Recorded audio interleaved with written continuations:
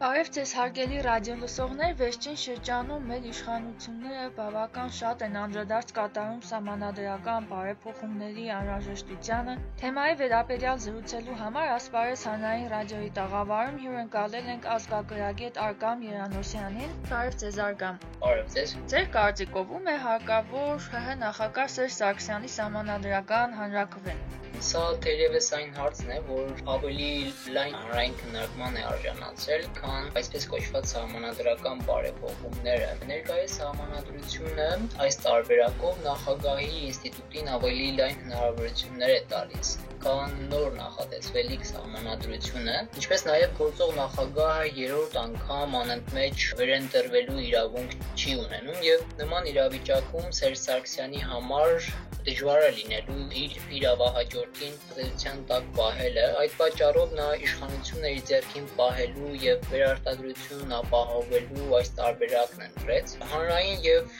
ընդդիմադիր դիսկուրսում մեր գերակշռող տեսակետը այն է, որ սահմանադրական այս փոփոխությունները առաջին հերթին հարկավոր են Սերժ Սարգսյանին, նրա ընտանիքին, Հանրապետական կուսակցությանը 2018 թվականի նախագահական ընտրություններից հետո իշխանությունը վերարտադրելու համար։ Այսինքն սահմանադրության բովանդակության քննարկումը երկրորդական է համարվում։ Բնականաբար նրանք հիմա հետո այցելելու են մարզեր, հեռուստատեսության համար ինչ-որ հանրային քննարկումներ են ծավալելու, քննարկման արդյունքները որոշակի ոչ բովանդակային փոփոխություններ իրականացնեն, սակայն դրա նպատակը մեկն է լինելու։ Բանն այն է, որ Հայաստանում դեռ չկա ձևավորված կուսակցական համակարգ, հետևաբար ամբողջ իշխանությունը մեկ կուսակցության հանձնելը իր հերթին լուրջ ռիսկեր կարող է պարունակել իր մեջ։ Մեզանում կուսակցությունները հիմնականում անձերով են պայմանավորված, այսինքն մեր հասարակությունը հիմնականում նախապատվությունը տալիս է ոչ թե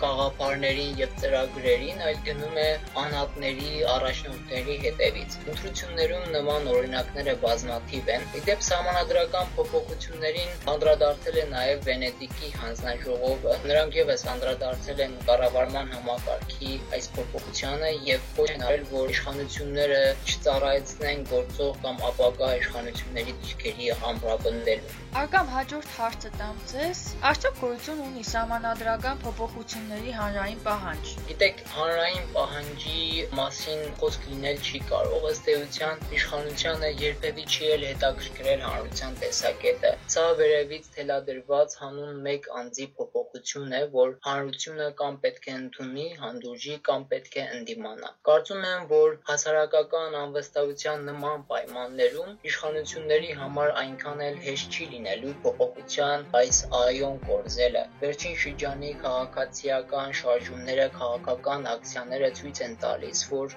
մեր հասարակությունը նորմատիվային որոշակի փոխակերպումների է ենթարկվել, որին մոլորության մեջ գցելը այնքան էլ հեշտ չի լինելու թե ընդդիմության եւ թե իշխանության կողմից։ Եթե չկա հանրային պահանջ, ապա ինչ հիմքով է Սերժ Սարգսյանը փորձում փոփոխություններ իրականացնել սահմանադրության մեջ։ Բնականաբար հերթական անգամ օգտագործվելու են իշխանական բոլոր ռեսուրսները, որոնք նախկին ընտրությունների ժամանակ իրականացվել են։ Իշխանությունները ընտրակեղծիքներ իրականացնելու մեծ փորձ ունեն։ Նորից գործի են դրվելու թաղային հեղինակությունները, օլիգարխները, պետական ապարատի աշխատողները։ Այս պարագայում իշխանությունը ավելի շուտ ընտրակեղծիքների այս ապարատն աշխատեցնելու խնդիր է ունենալու։ Մի մասին պետք է համոզեն, մյուսին սպառնան, որպեսզի նրանք գիտակցեն, որ իրենց հարստությունն ու իշխանությունը դիրքը պահելու միակ տարբերակը սահմանադրական այս փոփոխություններն են։ Արդյոք ՀՀ չարիքներն ու ձախողումները գործող սահմանադրության պատճառով են։ Կարծում եմ, մեր ձախողումները գլխավորապես պայմանավորված են սահմանադրական կարգի խախտման։ Մեր չարիքը ներկայիս իշխանական բարքերն են՝ արտագաղթը, կաշառակերությունը, հովանավորչությունը, ապօրինությունները, սահմանադրության առաջին 3 կետերի չգիտակցելը, դրա բացակայությունը։ Մեր չարիքը բնություն ամայացնող հանքերն են։ Եվ վերջապես, արդյոք Հայաստանի նման երկրի համար 10 տարի մեկ սահմանադրություն փոխելու անհրաժեշտություն կա։ Կարող են սահմանադրագետները հանրությանը բացատրել այն հիմնական բացերը, որ առկա են մեր սահմանադրությունում։ Գործող սահմանադրության հետևանքով կառավարման ճգնաժամ երբևէ առաջացել է, մարդու հիմնական իրավունքները խախտվել են երբևէ, սրանք հարցադրումներ են, որոնց պատասխանը այսօր դեռ չի հնչեցվել։ Ինչ եք կարծում, արդյոք մարդիկ կմասնակցեն հնարավոր հանրաքվեին, թե կբոյկոտեն կամ եթե կաշառք տան կգնան քվեարկելու։ Սա բավականին բարդ հարց է։ Հնարավոր հանրաքվեի դեպքում նախորդ սահմանադրական հանրաքվեների օրինակից կարելի է ենթադրել, որ մարդկանց մասնակցության ցածր ցուցանիշ է լինելու։ Մյուս կողմից ընդդիմության ուժերը փորձելու են ձախողել այս բարեփոխումները եւ չի բացառում, որ նրանք փորձեն միասնական օրակարգով հանդես գալ։ Այս պարագայում իշխանությունների համար բավականին դժվար է լինելու հանրաքվեն կեղծելը։ Շնորհակալություն, հարգելի ռադիոլսողներ, հիշեցնենք այսօր Ասպարեզ հանրային ռադիոյի եթերում հյուրընկալել էինք ազգագրագետ Արգամ Երանոսյանին, հաղորդումը վարեց Անահիտ Սիմոնյանը, ցտեսություն։